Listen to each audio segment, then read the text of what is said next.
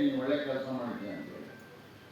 ಅದೆಲ್ಲ ಭಗವಂತನ ದಯೆ. ಇದು ಆಕಸ್ಮಿಕವಾಗಿ ಬಂದು ನಮ್ಮಂಥ ಸಾಮಾನ್ಯವಾದ ಒಂದು ಕುಟುಂಬದಿಂದ ಬಂದವರು ಲೋಕನಾಯಕ್ ಜಯಪ್ರಕಾಶ್ ನಾರಾಯಣರವ್ರ ಜೊತೆಲಿ ಇರೋದಂದ್ರೆ ಏನು, ದಲೈರಾಮದವ್ರ ಜೊತೆಲಿ ಇರೋದಂದ್ರೆ ಏನು, ಮದರ್ ತೆರೇಸಾ ಜೊತೆಯಲ್ಲಿ ಇರೋದು ಅಂದ್ರೆ ಏನು, ಮೊರಾರ್ಜಿಭಾಯ್, ಚೌಧರಿ ಚರಣ್ ಸಿಂಗು, ಐ.ಕೆ. ಗುಜರಾಲ್ ಅಂತ ಮಹಾನ್ ನಾಯಕರುಗಳು ಇವ್ರ ಜೊತೆಲಿ ಇರತಕ್ಕಂಥದ್ದಂದ್ರೆ ಏನು, ಇದೆಲ್ಲ ಒಂದು ಪವಾಡ ಸದೃಶ್ಯದಲ್ಲಿ ನಡೆದಿದೆ. ಪವಾಡ ರೂಪಗಳಲ್ಲಿ ಅಂದರೆ ಸಾಮಾನ್ಯವಾದ ಮನುಷ್ಯನು ಅಂಬೇಡ್ಕರ್ ಸಾಹೇಬರು ಬರೆದಿರೋ ಸಂವಿಧಾನದ ಫಲವನ್ನು ನಾವು ಶ್ರಮ ಹಾಕಿದ್ರೆ ಗಳಿಸ್ಬೋದು ಅನ್ನೋದಕ್ಕೆ ಇದೊಂದು ಉದಾಹರಣೆಯ ರೂಪದಲ್ಲಿ ನಾನು ಹೇಳ್ತಾ ಇದ್ದೇನೆ ಅಷ್ಟೇ. ಬೇರೆ ಇನ್ನೇನು ಸಹಿತ ಇಲ್ಲ. ಇದಲ್ಲ ಯಾರು ಬೇಕಾದರೂ ಆಗ್ಬೋದು, ನಿಮ್ಮಲ್ಲಿ ಯಾರು ಬೇಕಾದರೂ ಅದನ್ನು ಚಾಲೆಂಜ್ ಆಗ್ತಾರಂದು ಕಷ್ಟ ಬೀಳಬೇಕಷ್ಟೇ. ಕಷ್ಟ ಬೀಳದೆ ಹೋದರೆ ಆಗೋದಿಲ್ಲ. ನನಗೆ ಆಗ ಅನಿಸ್ತದೆ 2 ಲಕ್ಷ ಚಿಲ್ಲರೆ ಆಯವ್ಯಯನ್ನು ನಾನು ತಯಾರು ಮಾಡಿದ್ದೆ. ಫೈನಾನ್ಸ್ ಮಿನಿಸ್ಟರ್ ಆಗಿ, ಟ್ರಾನ್ಸ್ಪೋರ್ಟ್ ಮಿನಿಸ್ಟರ್ ಆಗಿ ನಾನು ಆ KSRTC 4 ಭಾಗ ಮಾಡಿದೆ. ಭಾಳ ಜನ ಟೀಕೆ ಮಾಡಿದ್ರು ನನಗೆ. ಸುಪ್ರೀಂ ಕೋರ್ಟ್ವರೆಗೂ ಸಹಿತ ಹೋಗಿದ್ದು. ಪಾಪ ಆನಂದ್ ಸುಬ್ರಾವ್ ಕಳ್ಕೊಂಡಿದ್ದೀವಿ. ನನ್ನ ಭಾಳ ವಿರೋಧ ಮಾಡಿದ್ರು. ಆದರೆ ಅವನೊಬ್ಬ ಅತ್ಯಂತ ಪ್ರಾಮಾಣಿಕವಾದ ಕಾರ್ಮಿಕ ನಾಯಕ. ಅವನು ಅಂಥ ಕಾರ್ಮಿಕ ನಾಯಕರು ಹುಡುಕಿದ್ರೂ ಸಿಗೋದಿಲ್ಲ.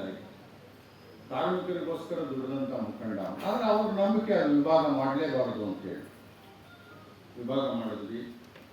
ನಾನು ಕೆಲಸ ಮಾಡಿದಂಥ ಎಲ್ಲ ಇಲಾಖೆಗಳಲ್ಲೂ ಭಗವಂತ ನನಗೆ ಎಂಥ ಅವಕಾಶ ಕೊಟ್ಟಿದ್ದ ಅಂತ ಹೇಳಿದ್ರೆ, S.M. ಕೃಷ್ಣರವ್ರ ಸರ್ಕಾರ 6 ತಾನೇ ಕೊಟ್ಟೋಗಿತ್ತು. ನಮ್ಮ ಸರ್ಕಾರ ಬಂತು ಧರ್ಮ್ ಸಿಂಗ್ ಅವ್ರ ನೇತೃತ್ವದಲ್ಲಿ. ಇಂಟರ್ನ್ಯಾಷನಲ್ ಏರ್ಪೋರ್ಟ್ಗೆ ಫೈನಲ್ ಅಗ್ರಿಮೆಂಟಿಗೆ ಸೈನ್ ಮಾಡಬೇಕು. ಇನ್ಫ್ರಾಸ್ಟ್ರಕ್ಚರ್ ಮಿನಿಸ್ಟ್ರಿ ನನಗೆ ಕೊಟ್ಟಿದ್ದು. ಅದಕ್ಕೆ ಸೈನ್ ಮಾಡೋ ಸುಯೋಗ ನನಗೆ ಸಿಕ್ಕಿದೆ.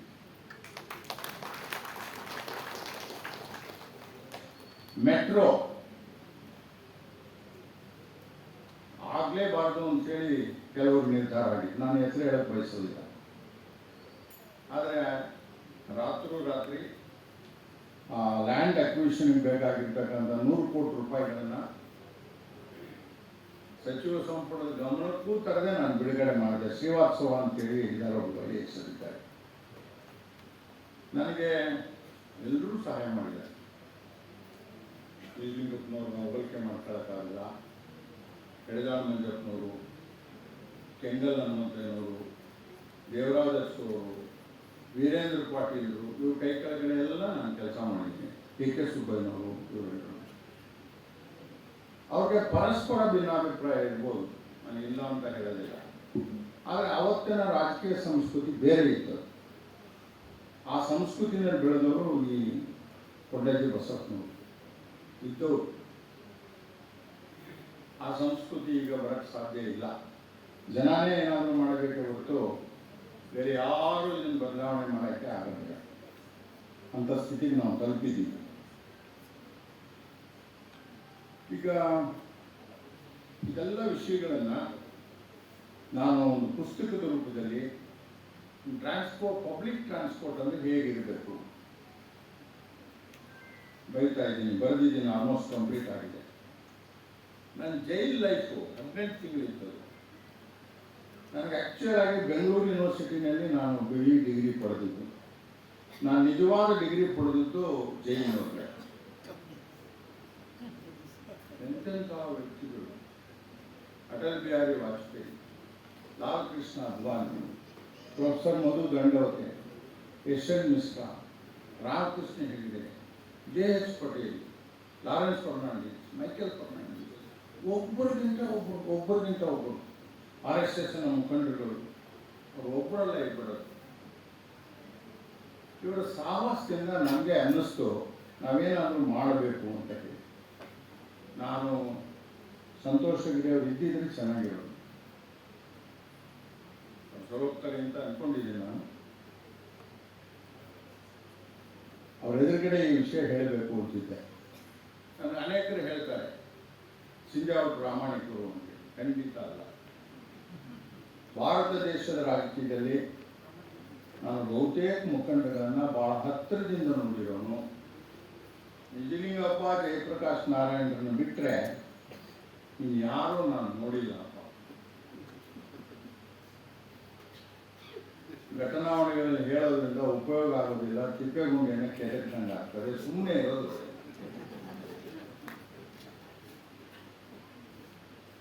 ನಾನು ಶ್ರೀರಾಮಚಂದ್ರನೂ ಅಲ್ಲ, ಸತ್ಯ ಹರಿಶ್ಚಂದ್ರನೂ ಸಹಿತ ಅಲ್ಲ. ಆದರೆ ಲಕ್ಷ್ಮಣ ರೇಖೆಯ ಒಳಗಡೆ ನಡೆದಿದೆ.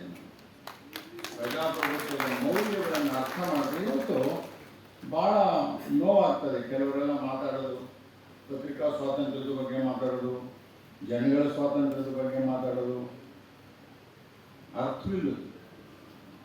ನನಗೆ ಜ್ಞಾಪಕ ಇದೆ, ಕಾದ್ರಿ ಶಾಮಣ್ಣು, ನಿಮಗೂ ಜ್ಞಾಪಕ ಇದೆ.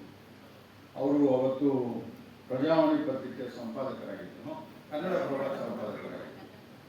ತುರ್ತು ಪರಿಸ್ಥಿತಿ ಸಂದರ್ಭದಲ್ಲಿ ಯಾವ ರೀತಿ ಅವ್ರು ಪ್ರೊಟೆಸ್ಟ್ ಮಾಡಿದ್ರು ಅಂತ ಹೇಳಿದ್ರೆ, ಸಂಪಾದಕೇನು ಬರೀಲಿಲ್ಲ, ನೆಕ್ಸ್ಟ್ ಡೇ ಬ್ಲ್ಯಾಂಕ್ ಬಿಟ್ಬಿಟ್ರು.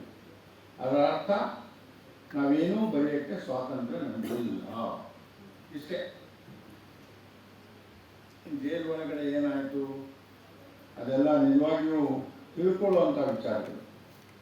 ಇವತ್ತಿನ ಜೈಲಿಗೆ ಹೋಗುವಂಥದ್ದೇ ಬೇರೆ, ವಿಷಯಗಳೇ ಬೇರೆ, ಮತ್ತೆ ಇವತ್ತಿನ ಜೈಲು ಒಳಗಡೆ ಇರ್ತಕ್ಕಂಥ ಸೌಲಭ್ಯಗಳೇ ಬೇರೆ.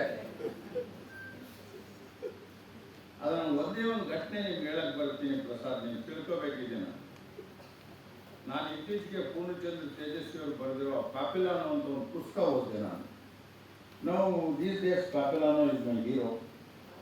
ಯಾಕೆಂದ್ರೆ ಅವನು ಫ್ರಾನ್ಸ್ ದೇಶದ ಒಬ್ಬ ರೆಬೆಲ್ ಲೀಡರ್. ಅವನು ಬಹಳ ಇನ್ನೋಸೆಂಟ್ ಬಾಯ್. ಅವನು ಪೊಲೀಸರು ತಮ್ಮ ಕೆಲವು ಕೆಳಹಂತದ ಪೊಲೀಸರುಗಳು ಆ ಪೊಲೀಸ್ ಅಧಿಕಾರಿಗಳು ತಗೊಂಡೋಗ್ಬಿಟ್ಟು ಒಂದು ಕಳ್ಳ ಅಂತ ಹೇಳ್ತಾ ಹೋಗ್ತಾರೆ. ಪ್ರಾರಂಭದಲ್ಲಿ ಆ ಕಮಿಷನರ್ ನಂಬೋದಿಲ್ಲ, ನಂಬೋ ಹಾಗೆ ಮಾಡ್ತಾರೆ. ಕೊನೆಗೆ ಅವನು 18 ದೇಶಗಳ ಜೈಲುಗಳಲ್ಲಿ ಒಂದು ದ್ವೀಪದಿಂದ ಮತ್ತೊಂದು ದ್ವೀಪಕ್ಕೆ ಹೋಗಿ ದೇಶದ ಸ್ವಾತಂತ್ರ್ಯಕ್ಕೋಸ್ಕರ ಹೋರಾಟ ಮಾಡ್ತಾನೆ.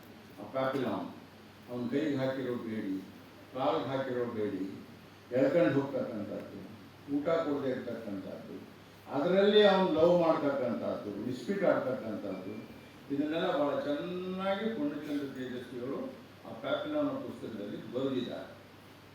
ಅಂಥ ಒಂದು ಪುಸ್ತಕ ನನ್ನ ಜೈಲ್ ಲೈಫ್ ಆಗಬೇಕು ಅನ್ನೋದು ನನ್ನ ಆಸೆ. Should be like that. ಓದಬೇಕು ಜನ. ಸ್ವಾತಂತ್ರ್ಯ ಅಂದ್ರೆ ಏನು, ಸ್ವಾತಂತ್ರ್ಯದ ಅರ್ಥ ಏನು. ಎಲ್ಲರೂ ವಾಕ್ ಸ್ವಾತಂತ್ರ್ಯದ ಬಗ್ಗೆ ಮಾತಾಡೋದೆ, ಎಲ್ಲರೂ ಫ್ರೀಡಮ್ ಆಫ್ ಸ್ಪೀಚ್ ಕೇಳೋರೆ. ಇದೆಲ್ಲ ನೋಡಿದ್ರೆ ನಮ್ಮ ನೇಗರಿಕ್ ಸಾಹೇಬರಿಗೆ ನಗು ಬರ್ತದೆ. ಯಾಕಂದರೆ ನಾನು ನೋಡಿ ಇದೆಲ್ಲ ಮತ್ತೆ ಹೇಗೇನು ಆಕಸ್ಮಿಕ. ನಾನು ಹೋಮ್ ಮಿನಿಸ್ಟರ್ ಆಗಿ ದೇವೇಗೌಡರ ಸಂದರ್ಭದಲ್ಲಿ 18 ತಿಂಗಳಿದ್ದೆ. ಆಮೇಲೆ ಮತ್ತೆ JH ಪಟೇಲ್ ಮುಖ್ಯಮಂತ್ರಿಗಳಾಗಿದ್ದಾಗ ಒಂದು 14 ತಿಂಗಳು ನಾನು ಜೈಲ್ ಮಂತ್ರಿ ಆಗಿದ್ದೆ, ಪೊಲೀಸ್ ಮಂತ್ರಿ ಆಗಿದ್ದೀನಿ. ನೇಗಿರಿಕ್ ಸಾಹೇಬರು ಆಗ SP ಆಗಿದ್ರು ಅಂತ ಮಂಗಳೂರಲ್ಲಿ ಕಮಿಷನರ್ ಆಗಿಲ್ಲ, SP ಆಗಿದ್ರು ಮಂಗಳೂರಿನ ಸಾಹೇಬರು.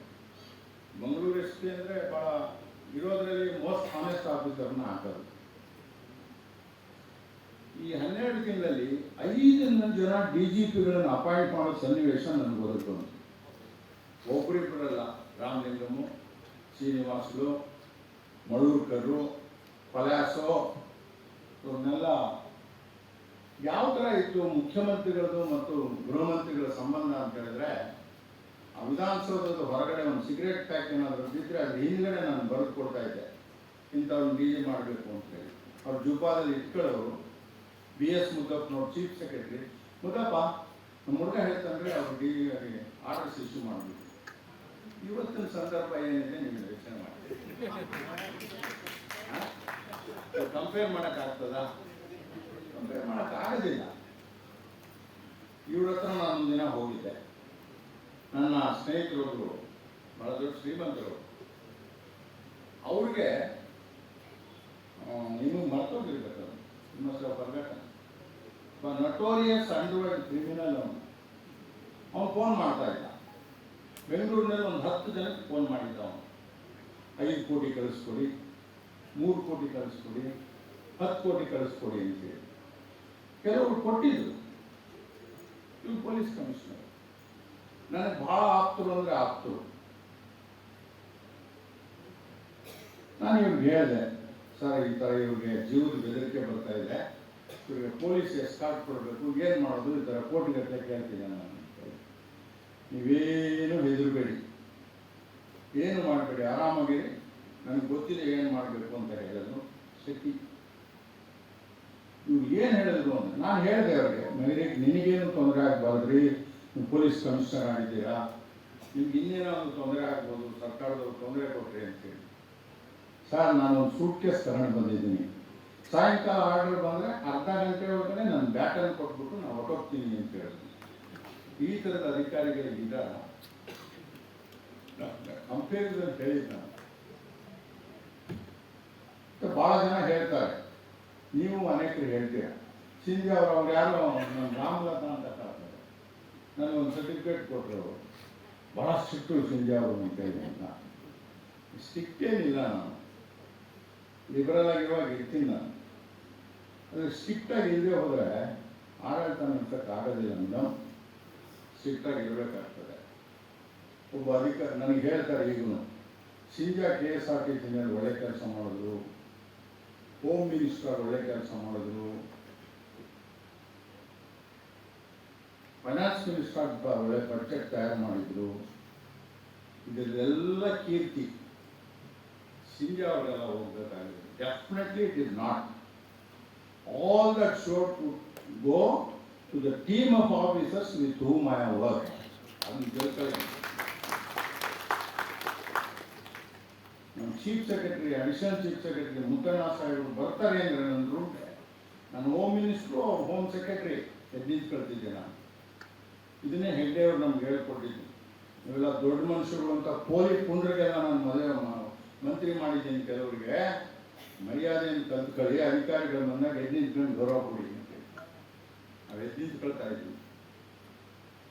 ಮುತ್ತಣ್ಣ ಅವ್ರ ವಿಚಾರದಲ್ಲಿ ಮುತ್ತಣ್ಣ ಎಷ್ಟೊಂದು ದೊಡ್ಡ ಮನುಷ್ಯ ಅಂತ ಹೇಳಿದ್ರೆ, ನನ್ನ ಬಗ್ಗೆ ಅವ್ರಿಗೆ ಸಂಶಯ ಹೊಸದ್ರಲ್ಲಿ ಎಲ್ಲ ಕಾನ್ಫಿಡೆನ್ಷಿಯಲ್ ಫೈಲ್ಗಳನ್ನು ನನಗೆ ತೋರಿಸಿದ್ರು. ಒಂದು ಫೈಲ್ ತೋರಿಸಿರಲಿಲ್ಲ ನನಗೆ, ಒಂದು ಫೈಲ್ ತೋರಿಸಿರಲಿಲ್ಲ. ಒಂದು ಸಾರಿ ಶರದ್ ಪವಾರ್ ಇಲ್ಲಿ ಬಂದು ಲೀಲಾ ಪ್ಯಾಲೇಸ್ ಹೋಟ್ಲಲ್ಲಿ ಉಳಿದಿದ್ವಿ. ನಾನು ಶರದ್ ಪವಾರ್ ಹೀಗೆ ಮಾತಾಡ್ತಾ ಇದ್ದೆ, ಅವ್ರು ಇನ್ನೂ ಬದುಕಿದ್ದಾರೆ ಶರದ್ ಪವಾರ್. ನಮ್ಮಿಬ್ಬರ ಆಸೆ ಏನಪ್ಪ ಇದೆ ಅಂತ ಹೇಳಿದ್ರೆ, ಕರ್ನಾಟಕ ಮತ್ತು ಮಹಾರಾಷ್ಟ್ರ ಮಧ್ಯೆ ಇರ್ತಕ್ಕಂಥ ಗಡಿ ಸಮಸ್ಯೆ ಶಾಶ್ವತವಾಗಿ ಬಗೆಹರಿಬೇಕು. ಅಲ್ಲಿವರೆಗೂ ಸಹಿತ ನಮ್ಮಿಬ್ಬರ ಬಾಂಧವ್ಯಗಳು ಚೆನ್ನಾಗಿರೋದಿಲ್ಲ. ಇದು ನನ್ನ ಜೀವನದ ಒಂದು ಆಸೆ ಇದೆ. ಇದನ್ನು ನಾನು ಪವಾರ್ ಅವ್ರ ಜೊತೆ ಮಾತನಾಡಿದ್ದೇನೆ. ಭಾಷಣದಲ್ಲಿ ಹೇಳೋದ್ರಿಂದ ಏನು ಉಪಯೋಗ ಆಗೋದಿಲ್ಲ. ಅದನ್ನು ಏನು ಮಾಡಬೇಕು, ಯಾವ ರೀತಿಯಲ್ಲಿ ಮಾಡಬೇಕು, ಅದನ್ನು ಮಾಡ್ತಾ ಇದ್ದೀನಿ ನಾನು. ನನ್ನ ಜೀವನದ ಒಂದು ಮಹತ್ತರವಾದ ಆಸೆ ಅದು. ಕರ್ನಾಟಕ ಮತ್ತು ಮಹಾರಾಷ್ಟ್ರದ ಮಧ್ಯೆ ಮಧುರವಾದ ಸಂಬಂಧ ಇರಬೇಕು. ಸಂಬಂಧ ಇರಬೇಕಾದ್ರೆ ಮಹಾಜನ್ ವರದಿ ಸಂಪೂರ್ಣವಾಗಿ ಕಾರ್ಯಗತ ಆಗಬೇಕು. ಇದು ನನ್ನ ನಿಲುವು. ಇದಕ್ಕೊಂದು ಪರಿಹಾರವನ್ನು ನಾವು ಕಂಡುಹಿಡಿದಿದ್ದೀವಿ, ಪ್ರಯತ್ನ ಮಾಡಬೇಕು ಅಂತೇಳಿ. ನಾವು ಮಾತಾಡುವಾಗ ಇವರು ಪಕ್ಕದಲ್ಲಿ ಕುಳಿತಿದ್ರು, ಕೇಳಿಸ್ಕೊಂಡಿದ್ದಾರೆ ಮುತ್ತಣ್ಣವರು. ಮಾರನೇ ದಿನ ಬೆಳಗ್ಗೆನೇ ನನ್ನ ಮನೆಗೆ ಬಂದರು. ಮನೆಗೆ ಬಂದು ಅವ್ರು ನನ್ನ ಶ್ರೀಮತಿಯವ್ರಿಗೆ ಉಪ್ಪಿಟ್ಟು ಮಾಡಿ ಚೆನ್ನಾಗಿ ಮಾಡ್ತೀರಾ ಅಂತ ಹೇಳಿದ್ರು. ಉಪ್ಪಿಟ್ಟು ತಿಂದ ಮೇಲೆ, ಸರ್ ಬೇಜಾರು ಮಾಡ್ಕೋಬಾರ್ದು, ನನಗೆ ನೀವು ಕ್ಷಮಿಸ್ಬೇಕು. ಯಾಕೆ, ನಾನು ಎಲ್ಲ ಕಾನ್ಫಿಡೆನ್ಷಿಯಲ್ ಫೈಲ್ಸನ್ನು ನಿಮ್ಗೆ ತೋರಿಸಿದ್ದೀನಿ ಸರ್. ವೀರಪ್ಪನ ತೋರಿಸಿದ್ದೀನಿ, ಯಾವ್ಯಾವ ರಾಜಕಾರಣಿಗಳು ಎಲ್ಲೆಲ್ಲಿ ಸಾಯಂಕಾಲ ಹೋಗ್ತಾರೆ ಅನ್ನೋದು ತಿಳಿಸಿದ್ದೀನಿ, ಯಾರ್ಯಾರ ಸಂಪತ್ತು ಎಷ್ಟೆಷ್ಟು ಅನ್ನೋದನ್ನು ತೋರಿಸಿದ್ದೀನಿ. ಆದರೆ ಒಂದು ಫೈಲ್ ನಾನು ತೋರಿಸಿಲ್ಲ ಸರ್. ಏನಪ್ಪ ಅವನು, ಏನಿಲ್ಲ ಸರ್, ಬೆಳಗಾವಿಯ ಗಡಿ ಸಮಸ್ಯೆ ಫೈಲ್ ನಾನು ತೋರಿಸಿಲ್ಲ ಸರ್ ನಿಮಗೆ. ಯಾಕೆ ಅಂತ ಕೇಳಿ, ನೀವು ಕರ್ನಾಟಕಕ್ಕೆ ಲಾಯಲ್ ಆಗಿದ್ದೀರೋ ಇನ್ನೋ ಅನ್ನೋ ಕನ್ಫರ್ಮೇಷನ್ ನನಗೆ ಆಗಿರಲಿಲ್ಲ ಸರ್, ನಿನ್ನೆ ಗೊತ್ತಾಯ್ತು ನನಗೆ. ಇದು ನಮ್ಮ ದಕ್ಷ ಅಧಿಕಾರಿಗಳಲ್ಲಿ ಗುಣಗಳು.